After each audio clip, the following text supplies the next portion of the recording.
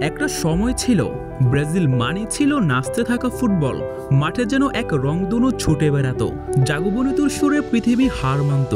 কিন্তু সময়ে বদলেছে ব্যর্থতা, হতাশা, নকআউটে বিদায়। আর কোটি মানুষের একটাই প্রশ্ন, ব্রাজিল কি আর আগের মতো ফিরবে? তারপর হঠাৎ সব বদলে দিল যে মানুষটা, ফুটবল ইতিহাসের সবচেয়ে পরিণত ঠান্ডা মাথার সুশৃঙ্খল কোচ কার্লো আনচেলত্তি। তিনি এলেন না চিৎকার করে বদল আনতে, তিনি এলেন নীরবে একটা ভাঙ্গা সাম্রাজ্যকে আবার দাঁড় করাতে। ব্রাজিল যখন গোলমোলে অগোছালো আত্মবিশ্বাস হারানো, তখন আনচেলত্তি প্রথম দিনই বলেছিলেন, ব্রাজিলকে ফিরতে হলে প্রথমে ব্রাজিলকে নিজের মতো হতে হবে, তবে আরও পরিণত। কোচিং গ্রাউন্ডে প্রথম থেকেই তিনি শুরু করেন ছোট ছোট পরিবর্তন নিয়ে। ড্রিবল, ফ্লেয়ার, স্কিল, এগুলো তো ব্রাজিলের রক্তে। কিন্তু তিনি যোগ করলেন যেটা সবচেয়ে বেশি দরকার ছিল, শৃঙ্খলা, শান্তি, ম্যাচ ম্যানেজমেন্ট।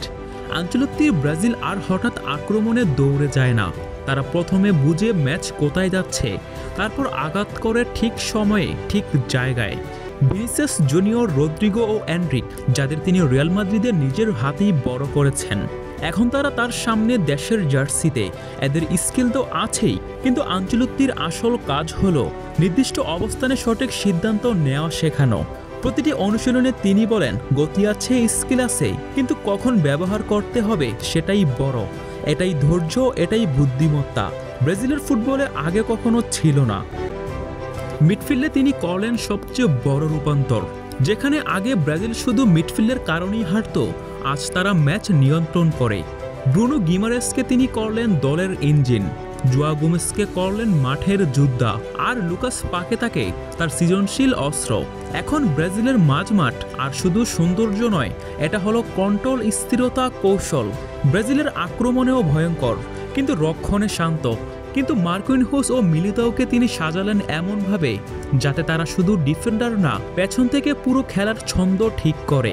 ব্রাজিল এখন আর উন্মাদ ফুটবল খেলে না, তারা খেলে বুদ্ধির ফুটবল। আক্রমণে আসে হিসেব করে, প্রেসিংয়ে আসে জায়গা বুঝে, এবং সবচেয়ে বড় কথা, তারা এখন আর হাল ছেড়ে দেয় না। কার্লো আনচেলত্তির সবচেয়ে বড় প্রভাব হলো দলের মাথা ঠান্ডা রাখা। যে ব্রাজিল আগে গোল খেলে ভেঙে পড়ত, এখন সেই ব্রাজিল গোল খেলে বিশ্বাস হারায় না, কারণ পাশে আছে এমন একজন যার অভিজ্ঞতা 30 বছরেরও বেশি। সে জানে কিভাবে প্রতিটি মুহূর্তে পরিচালনা করতে হয়।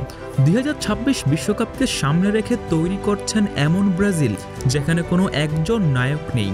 নায়ক হলো দল, সিস্টেমই নায়ক, স্ট্রাকচারই নায়ক। যে ব্রাজিল একসময়ে বল পায়ে নাচত, এখন সেই ব্রাজিল নাচে, কিন্তু নাচে পরিকল্পনা নিয়ে। পেস, স্কিল, ফ্লেয়ার সব আছে, কিন্তু আনচেলত্তির ছোঁয়ায় এসেছে নতুন বৈশিষ্ট্য, শান্তি। শেষে একটি কথা তিনি বারবার বলেন, নীরব কাজেই সবচেয়ে গভীর পরিবর্তন আনে। এবং সত্যিই আনচেলত্তির নীরবতায় ব্রাজিল বদলে যাচ্ছে। 2026 ফুটবল বিশ্ব প্রস্তুত থাকুক, কারণ সেলেসাও ফিরছে চিৎকার করে নয়, নীরবে, ধীরে, কিন্তু ভয়ঙ্করভাবে। এটাই হলো নতুন ব্রাজিল, কার্লো আনচেলত্তির ব্রাজিল, একটি দল যারা আবার রাজত্ব ফিরে পেতে আসছে।